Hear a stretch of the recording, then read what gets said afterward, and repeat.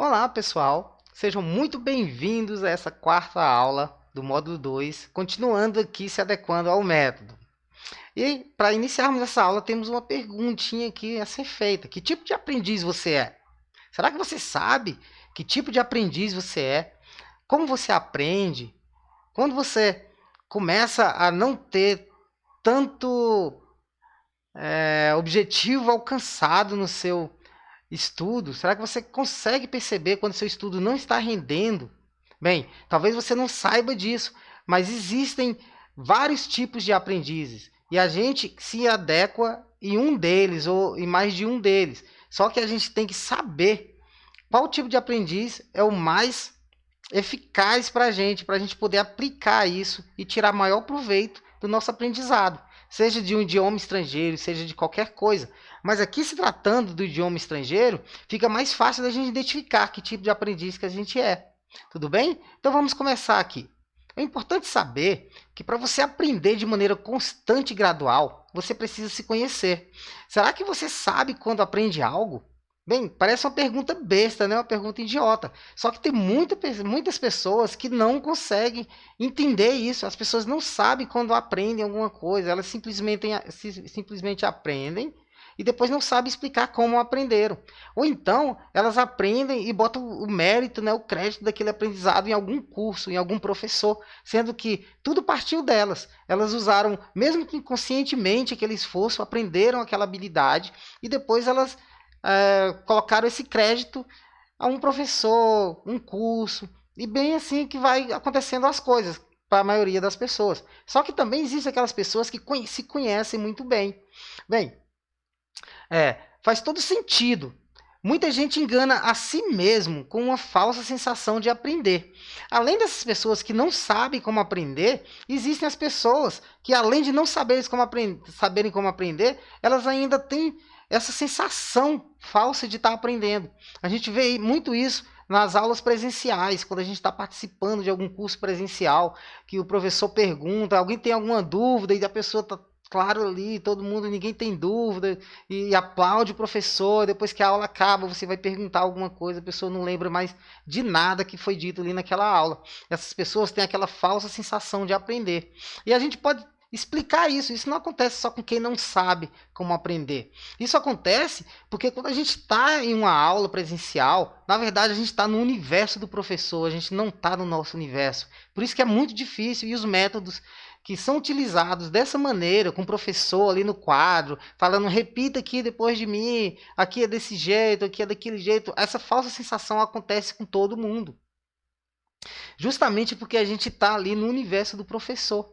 E para a gente aprender de uma maneira gradual e consistente, a gente tem que trazer o aprendizado para o nosso universo. Enquanto o aprendizado não está no nosso universo, a gente jamais vai conseguir aprender de maneira gradual e consistente. Tem até um exemplo que fala que imagina uma ilha de uma selva, vamos dizer, e a gente está em volta dessa selva. E lá no meio dessa selva tem um baú de ouro, um tesouro escondido lá no meio. Só que tem uma clareira bem grande. E esse baú está no meio da clareira. Vamos dizer que esse baú de ouro é o conhecimento. E a gente está aqui em volta dessa floresta. O que acontece quando a gente está numa aula dessa presencial? Acontece que o professor é a mesma coisa do professor ser um helicóptero que pega você do lado de fora dessa floresta e levanta voo e vai por cima e coloca você bem no lugar onde você deseja estar, que é bem ali perto do seu conhecimento, perto do tesouro. Mas como assim? A gente está lá, só que a gente não consegue voltar. A gente está lá no conhecimento, mas não consegue voltar. O que acontece? Quando a aula acaba, automaticamente a gente se desliga daquele lugar que a gente estava e volta para aquela área que a gente estava antes. Então o conhecimento já ficou perdido. E quando a gente traz a realidade para a gente toma a responsabilidade do nosso aprendizado, a gente não vai pegar um helicóptero para chegar até lá naquele conhecimento. A gente vai pegar um facão, uma foice, a gente vai desvendar aquela floresta, a gente vai derrubar árvores, derrubar ramos de galhos de árvores, e a gente vai abrir caminho, a gente começa a abrir o caminho é bem doloroso, é sofrido. Só que quando a gente chegar lá no nosso baú do tesouro, o que vai acontecer? A gente vai olhar para trás e a gente vai ver todo aquele caminho aberto, o caminho que a gente quebrou árvores, a gente fez tudo até chegar no nosso conhecimento. Por isso que a gente tem que descobrir nosso tipo de aprendiz. Muitas pessoas vão chegar bem perto de onde está o tesouro e vão, por não ter um rumo certo, não ter uma base, elas vão andar em círculos ali a vida toda e jamais vão chegar ali naquele baú do tesouro, aquele baú do conhecimento. Porque essas pessoas elas não construíram uma base, elas não têm estratégias para colocar em prática em caso de algo dar errado. Mas as pessoas que têm uma base, que se prepararam com a base, que têm a estratégia, que se conhece, sabe o caminho por onde ir, elas vão sair em linha reta até chegar naquele conhecimento. Tudo bem? Foi só um comecinho aqui, uma parábola, no caso, para a gente entender mais ou menos o caminho que a gente tem que traçar e a maneira que a gente tem que traçar esse caminho até chegar no nosso conhecimento, no nosso sonhado, né? Aprendizado do idioma.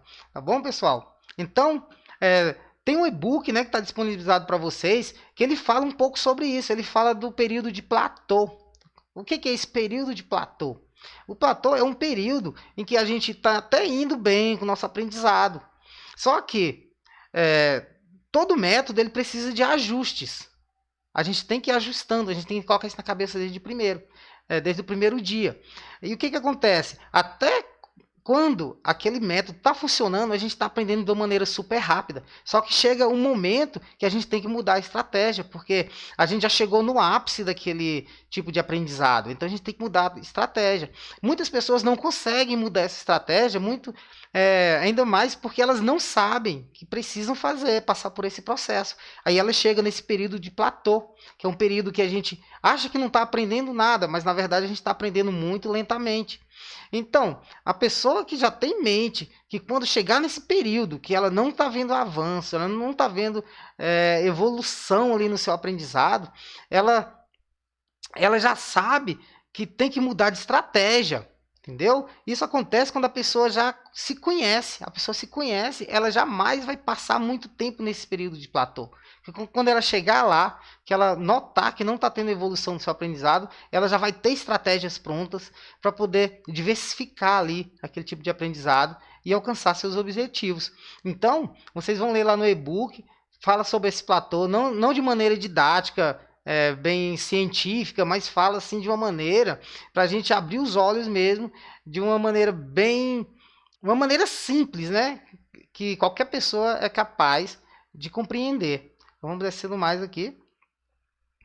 Porque todas as pessoas têm uma maneira particular de aprender. Não existe um método ótimo, 100%, esse aqui vai funcionar para todo mundo. Não. Existem métodos bons e métodos ruins. Claro, os métodos ruins a gente já sabe, né? Que são aqueles, falando do aprendizado de idiomas, são aqueles métodos clássicos, antigos, no qual o professor ficava ensinando ali na frente, repita aqui comigo, é desse jeito, vai fazer assim.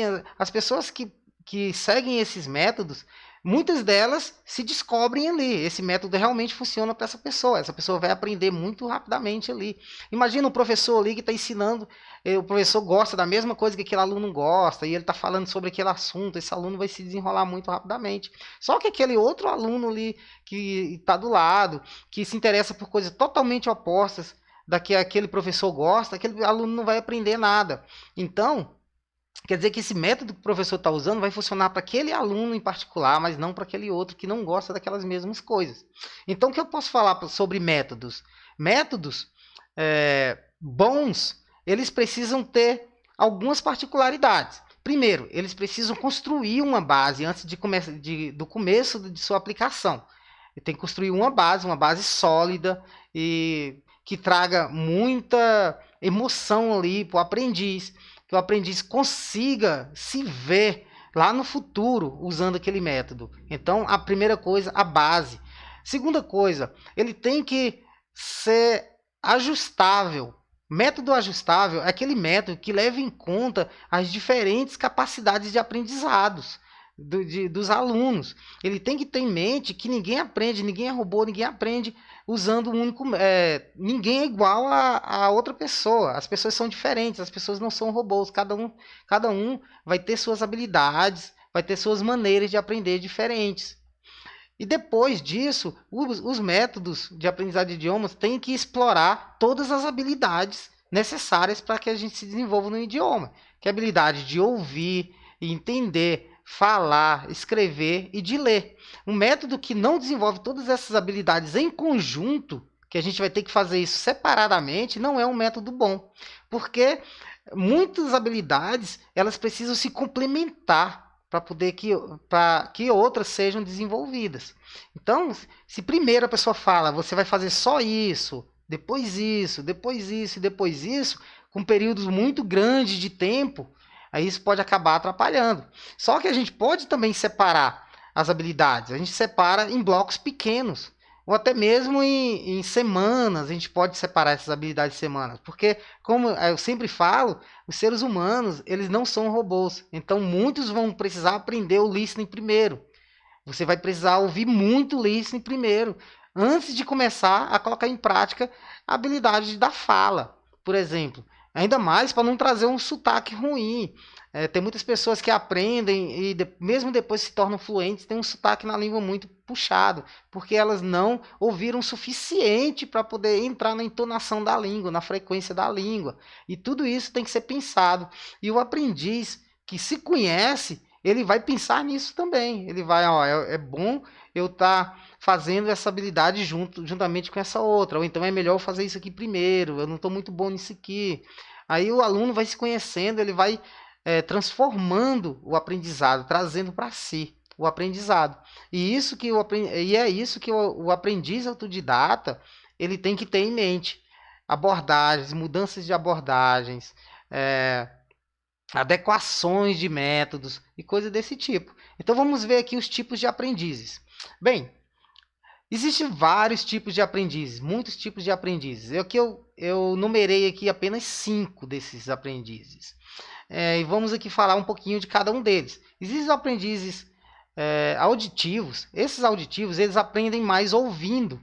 Então eles vão sentir um prazer melhor nas aulas em que tenha o áudio para ficar ouvindo.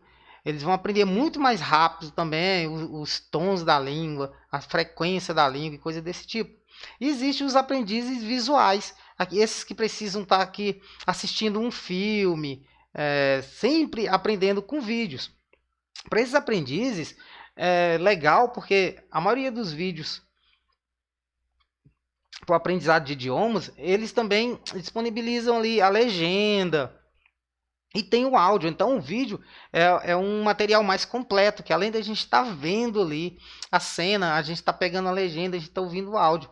Não que os textos não sejam, é claro que tem aqueles textos bem mais produtivos do que os visuais. Os visuais a gente não tem como prestar atenção na gramática da mesma maneira que a gente vai estar prestando atenção na gramática com os textos. Os textos é muito mais fácil a gente aprender gramática de maneira inconsciente do que através dos vídeos. Tudo bem? Aí temos também os aprendizes sensitivos. Esses aprendizes, eles aprendem mais com as emoções. Então, para eles, é mais adequado assistir filmes, séries, que tenha emoção, aqueles sitcoms engraçados que tem no YouTube.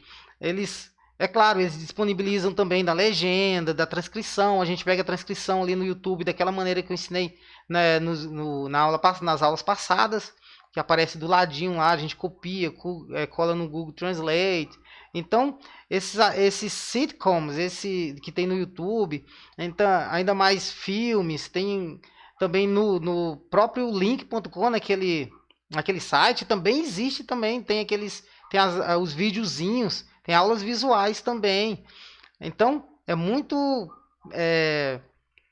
produtivo, tanto para os visuais quanto para os sensitivos, assistir através de vídeos, aprenderem através de vídeos. E também temos os aprendizes intuitivos. Os aprendizes intuitivos, eles aprendem com os detalhes, eles são muito detalhistas. Então, eles gostam muito de ler aquelas coisas de mistério, textos de desvendar algum mistério, que tenha alguma parábola, alguma coisa assim desse tipo. Eles aprendem muito rápido com isso. Assim como os auditivos gostam de aprender ouvindo, os intuitivos eles gostam de aprender mais lendo. Tudo bem? Assim também como temos os sinestéticos. Os aprendizes sinestéticos, eles aprendem com abordagens mais práticas. Então, quer dizer que tudo aquilo que eu passei em conjunto, que eu falei para vocês, que a gente vai pegar lá no site link.com, a gente vai pegar o texto, a gente vai escrever, a gente vai ouvir o áudio e a gente vai ler, fazendo em conjunto. Os sinestéticos, eles vão usar esse conjunto, todo esse conjunto para aprender. Então, para eles vai ser mais completo. Eles não vão ficar aborrecidos com um tipo de coisa, de aprendizado, no caso, um tipo de prática. Eles não vão se aborrecer de estar escrevendo, mesmo que demore um pouco mais, porque eles vão sentir aquela necessidade, eles vão querer estar escrevendo, eles gostam de sentir mesmo o material.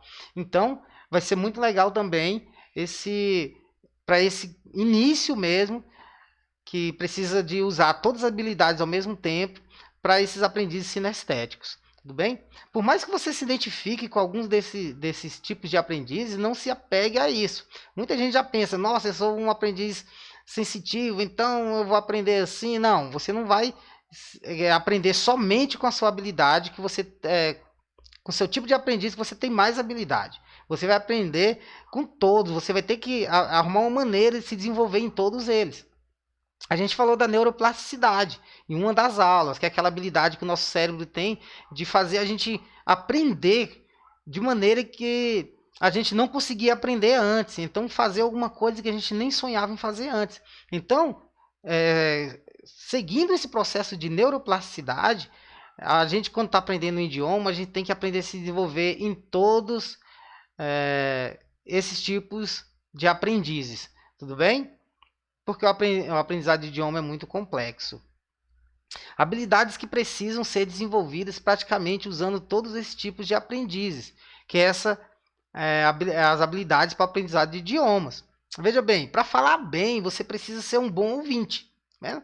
Assim como para escrever bem, você tem que ser um bom leitor. Então, só nessa frase aqui, a gente já tira uma ideia que o aprendizado de idiomas ele precisa ser bem dinâmico. A gente tem que saber se desenvolver em todas as habilidades. Tanto no listening, quanto no write, quanto no reading e do speaking. A gente tem que se desenvolver nas 4 habilidades principais para o aprendizado do idioma. Tudo bem, pessoal? Eu falo isso também no e-book, dá uma lida lá, o e-book está bem legal. E lá dá para tirar também mais uma ideia. E é isso aí, chegamos aqui no final de mais uma aula. Espero que vocês tenham gostado. Fique com Deus e até a próxima.